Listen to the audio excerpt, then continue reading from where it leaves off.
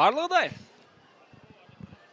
Азамат Дәрбековтың рұқсатын алу қалды. Элькузиев Мұхридин көк бұрыштан, қызыл бұрыштан Шакырхан Нұрдаулет. Ал. Ауыр салмақтағы жігіттер. Үмітіміз зор бұлардан. Ал. Бастайық ендеше екеуі де оңқай. Сәл денел көрінеді, я. Шакырхан Нұрдаулет. Және аяқтың ұшында жеңіл қимылдап бастап отыр. Бір-бірін біраз зерттеп те көреді әрине. Әзірше бірде-бір соққы жасаған жоқ. Мұхридин Элькузиев қазір психологиялық шабуылды біртіндеп басы. Құлаштай ұрған енді өте қауіпті көрінді, бірақ тиген жоқ Нұрдаулеттің орындауында. Енді мұна қимылына қарағанда бұл жігіт жекпе-жекті мерзімнен бұрын аяқтамақшы. Тамаша. Бірақ барлығы тейкдаунға барып тірелді, қазір. Нұрдаулет мұна жерден торды іліп алды ма саусақпен?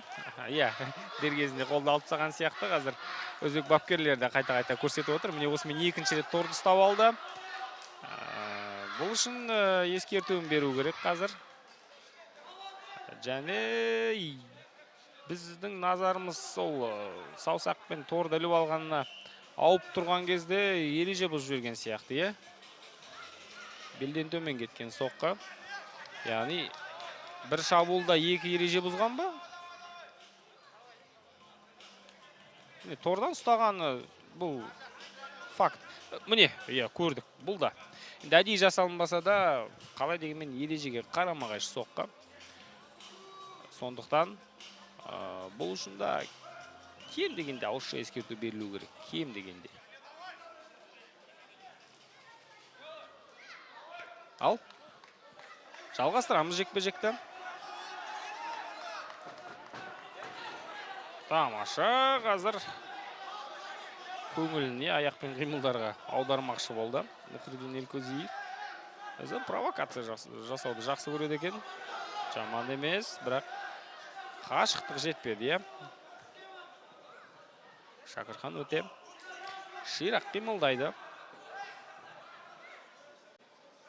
Ауыр салмақ өкілі үшін Мұхридинге қарағанда ширақ қимылдайтын аңғардық. Міне, біртіндеп кеңістікті басып алып жатыр, Октагонның ішінде Малстан жеңіл калф-кик, лоу-кик кешіңдер, ішкі лоу-кик деп ойлап болатын шығар. Тым көп жүріп қалды. Тіпті жанкүйерлер де қазір шоу талап етіп жатыр. Сәл белсенді болуды сұрап отыр.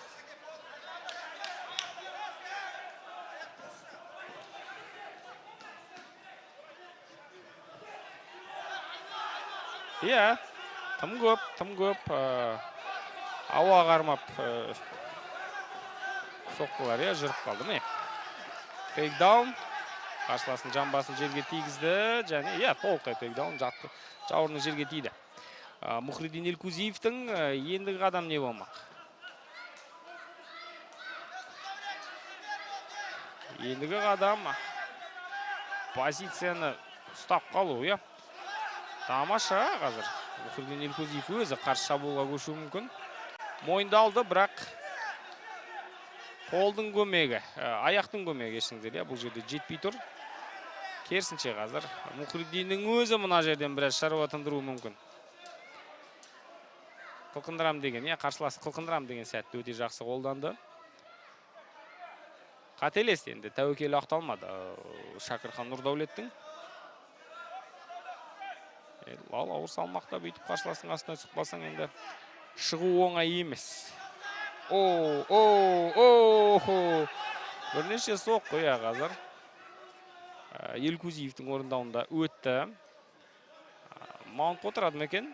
Жоқ, әзірше тек қана сайд контролды сақтап қалуды жөн көрген екен. Енді маунт ММА-де өте қауіпті позиция. Оны сақтап қалу да оңай емес. Өтіп жатыр соққылар, қараңыздар. Тағы да шынтақты да салды.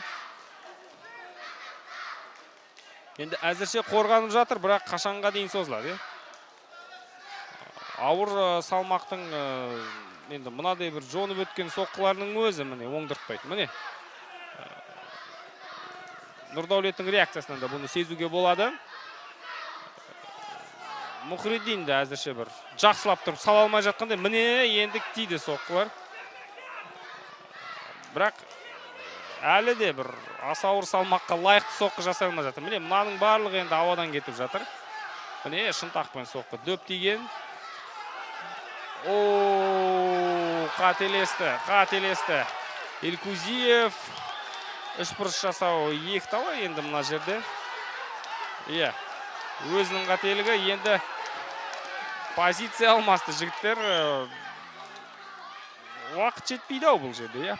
Сәл ғана уақыт қалды. Желкеден салмады бір рефери бұл жерде ескерту беріп отыр. Раунд аяқталды. Есептеуге өте қиын раунд әрине.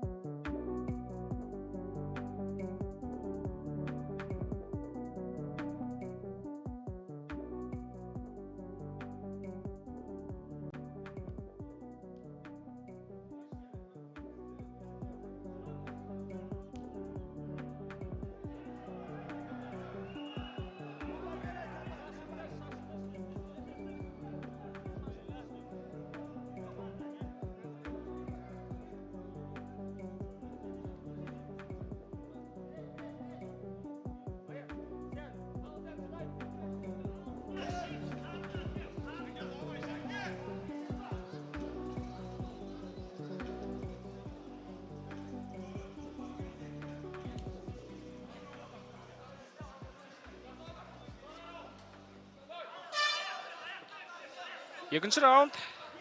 Алма кезек шабуылдармен өтті. Бірінші раунд, тізгін қолдан қолға ауысып отырды, көрейік. Екінші раунд қалай өрбейді. Жігіттер енді қатты шаршаған болып көрінбейді. Бұған дейінгі ауыр салмақ өкілдерімен салыстыратын болсақ, салыстырмалы түрде тың. Бұрынғыдай жылдам емес әрине, ширақ емес қимылдары.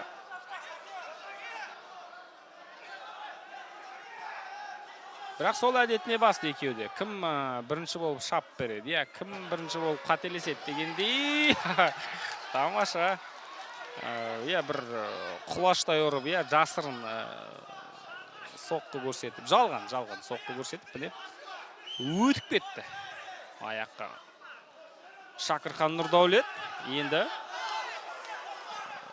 қарсыласты осы жерде ұстауға тырысады.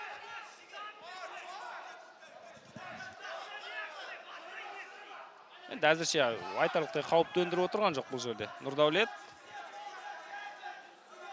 ауыр соққы жаудыратындай мүмкіншілік жоқ. Міне кетті. Енді өте қауіпті. Бүйірден де соққыларды салып жатыр. Астынан барынша шығармауға тырысады әрине.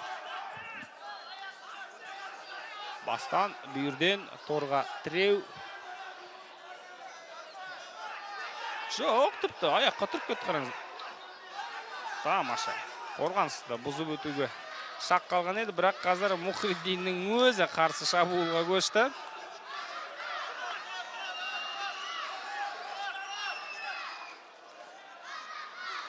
Тағы да жекпе-жек тізгіні қолдан қолға ауысып жатыр. Нұрдаулеттің бір ғана қателігі қандай жағдайға алып келді. Қазір тағы да Пулман, Элькузиев қарсыластың үстінде. Тағы да төмпештей соққы салады.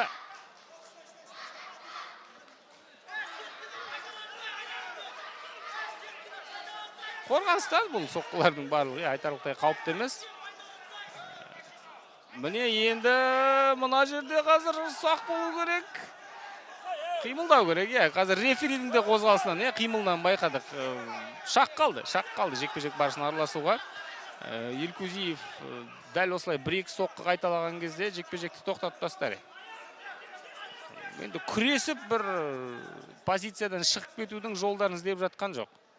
Шакырхан Нұрдаулет қарсыласының бір қателескенін бе, әлде жекпе-жектің тоқтату керек шығар, болды ғой, міне қорғаныстан келіп тиіп жатқан соққылар. Стоп, болды, жекпе-жек аяқталды.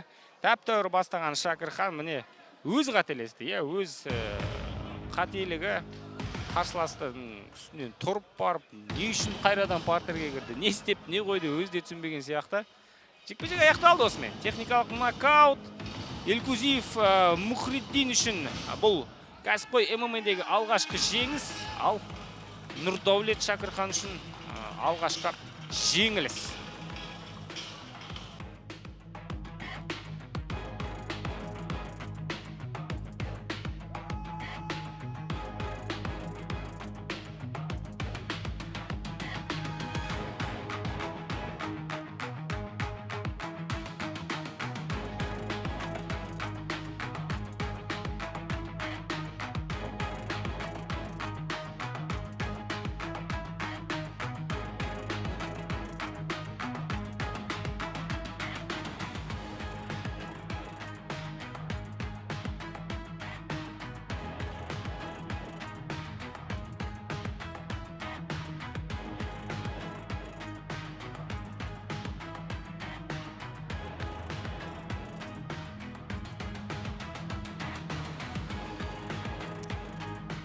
Время остановки поединка. 2 минута 57 секунда второго раунда. Бұл жекпе-жектің жеңімпазы в данном поединке. Победу техническим нокаутом одержал Гүлістан Сырдария Мұхридин Элькузиев.